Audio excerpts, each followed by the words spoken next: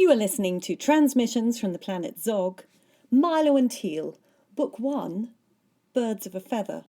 Chapter 4, The Two Birds. Emmeline, you got here! I thought I'd have to wait hours for your arrival. It's so good you could come over. I know you're going to love what we found today. Emmeline's fly was gently rested on the ground near to the base of the tree. Teal was happily guiding Emmeline up the ladders towards the new story of the treehouse, still fresh from the week's building, weaving and decorating. When you put that flash up on your pod, Teal, I just had to come over and see it for myself. I love birds too, you know. My little friend here goes everywhere with me, as one finger gently stroked the soft feathered head of her little moving companion. Emmeline's bird was a very evidence of her passion. Teal couldn't tear her eyes away from its twitching beak and the way it perked its head this way and that, listening intently to the zip-zipping of the honeybird calling from above them. View what this honeybird had created. Having been ushered carefully up the tree by Teal, Emmeline was curious to see what exactly this extraordinary bird had left as her mark upon the new treehouse. I found it as I climbed up the ladder this morning, Teal explained to Emmeline. All around the edge of the new roof, look. It's this fine net of waxy honeycomb. I think the bird brought all the leftovers from the old hive and has woven this waxwork using nothing but her own beak. It is incredible, Teal. I've never seen anything like this. Mum weaves her special carpets like your mother, and much of her work is inspired by the various bird's nest weavings. But this is so beautiful and fashioned out of wax. Your bird must be very happy with you, with us. How did you communicate with them? We never got to speak about that much. Only that you had received her message loud and clear. It was our singing and meditation, replied Teal. You arrived shortly after we received confirmation. And perfect for them, Emmeline responded. I could see your success, Teal. You could have a bird friend like mine if you like. Her father had taught her how to communicate with her avian friends via special whistles. She had learned different melodies for each species and added more twitches and nuances from observing her own bird, Popture, of whom she was so fond. Her curiosity to expand her vocabulary was piqued by Teal. Milo felt into the spirit of the bird, and I simultaneously wrote this song. I guess we built up a powerful field which connected right into the bird's wishes. It felt so good, especially when we asked her to show us her agreement with our solution. She was so sweet. She just hopped on over to us and picked a worm from the ground. She could have landed on my nose. She was that close. Almost as if she'd been waiting for your request, said Emmeline with a wink, now looking up to see the delicate wax tracery above her. They both stared up at the waxy tracery running round her basket roof. I've put the images up to the library already, said Teal. I thought others would want to see what my eyes can see, but you're the first other who's come up to see it. I'm honoured, Teal. I love being the one to witness a first in nature. Please show me into your treehouse. It looks exquisite too. And together they entered the new egg of a human nest, cosily floored with woven rugs, courtesy of their mother, Sonia. The cushions and little bright pictures lining the walls were courtesy of Teal and Milo. The bright images appeared almost like jewels amongst the dark willow weaving, and the light windows could just make out the brilliant work of a master artist at home with her own craftsmanship.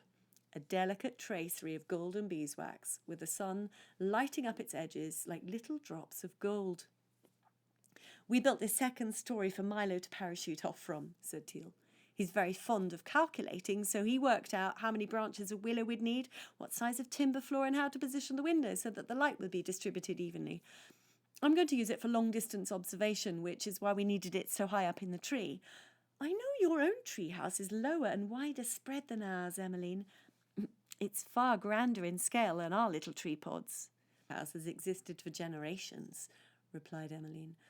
I think my grandfather began it while we were still learning to keep the animals out of our fields and villages with crystals. Once the ban had begun, he was never so certain that we could protect ourselves. He didn't like to concentrate on his thoughts so much, like the others. His way of life was to act first, and through that create his thinking and his fields of attraction. I think that's why he built the treehouse so large. Did you know we've had the entire school up there for a party once? Emmeline loved this treehouse of hers with a passion. She shared it with her brother, Foni, and the little Isabel when she'd visited from Earth. It was true that the branches from this tree grew exceptionally long and broad, and the spaces between them were both wide and strong enough to allow an especially large aerial dwelling to be nested. I remember drawing with you up there, Emmeline. You showed me how to vision draw, and I've been using it ever since. It's what I used here to thank our honeybird. See that fourth picture to the right of the window? That was a picture I drew as I meditated on her. The painting was a small jewel of streaks resembling the bird's feather structure. Around and about the streaks were tiny dots, seeming to indicate movement. They curved about the feathers in lines and arcs gracefully. It was the ripples of a bird's flight portrayed in the tiniest of dots. An energy painting, of course, something which came quite naturally to those children of Zog. Their eyes to see the internal life of people, things, and animals. To notice it within themselves was as natural as breathing. They simply understood that once you could recognize something, you could also change and influence it. And that was their advantage. Do you want to see what I've been playing around with, Teal? Emmeline stood up from the cosy nest of cushions they'd settled into as she'd said this. I think you might be excited by what I've discovered. And that means an invitation to your wonderful treehouse, does it? Beamed Teal, who was getting the rope ladder ready to throw down. Oh, yes, it does. And you can bring that brother of yours too, if he wants to come. Emmeline nodded in the direction of Milo's happy singing somewhere below them on the ground. Let's see what it is first, and if I think he'll love it too, I can pod message him. He's himself engaged in some rather interesting field work today. He told me he was going to reprogram the crystals in our father's fields for the first time. Teal was mindful of her brother's interests. Now, that will need all of his focused attention. I've never tried such a thing, but I do know that he has to have a clear mind and some very good transfer techniques through his nervous system. Has he been warming up to this for a while, Teal? My mother told me it takes years to train a mind to be able to influence the crystals. I think it comes naturally to him. He focuses more on the feelings of the animals being safe and happy and eating in the woodlands than keeping them out. He tells me he's got more leverage that way. I suppose it's like all of these things. You concentrate on what you want from the most inspiring place within your mind and you leave out the rest. Well, said Emmeline as she descended the ladder to the lower story, if someone as young as Milo can hold that vision, then he will be a very powerful manifester indeed.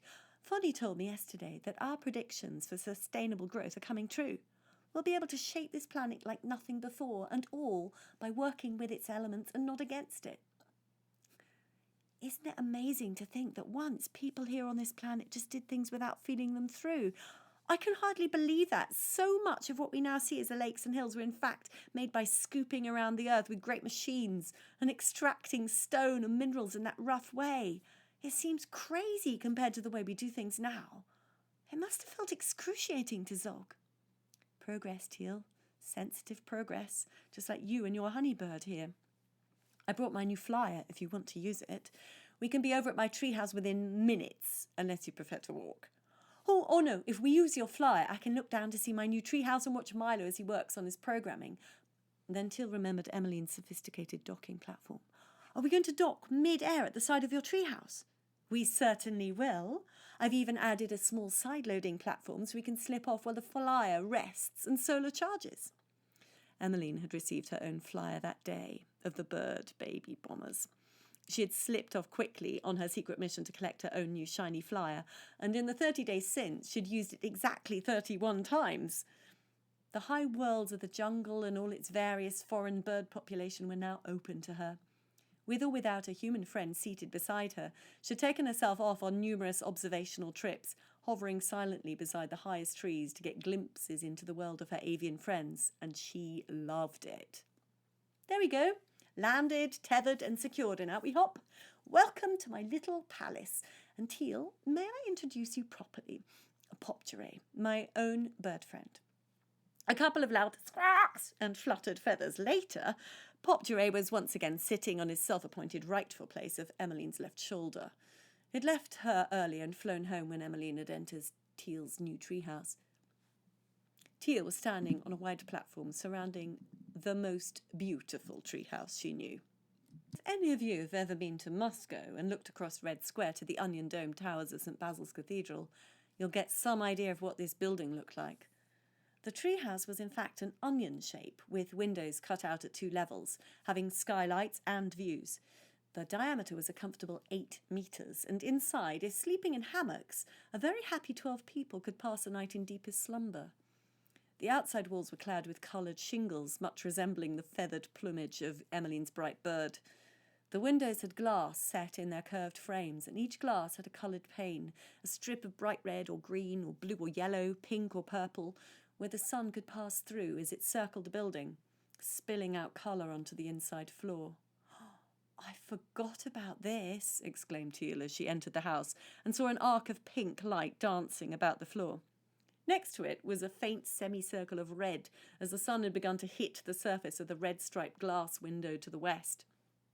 The circles overlapped like the petals of a flower, and Teal could see that with the sun shining full overhead through the correspondingly striped skylights, a perfect flower of intersecting circles of coloured light could be drawn upon the floor of this magnificent room. "It's impressive, isn't it?" replied Emmeline, smiling at her young cousin. "Every time I enter this room, I feel the presence of my grandfather, his children, my young aunts and uncles, playing, doing, thinking, and being excited to be here. I never tire of watching the colours dance across the floor, as I never get bored with staring out of the windows at the view. And now to show you my other new excitement, Teal, look at this." Emmeline pointed to the floor. Teal looked down to see the most extraordinary pattern of leaves apparently growing beneath the glass floor. Edging along, fine green tendrils were fresh new leaves formed into a pattern of graceful arcs, echoing the coloured arc thrown by the lit windows.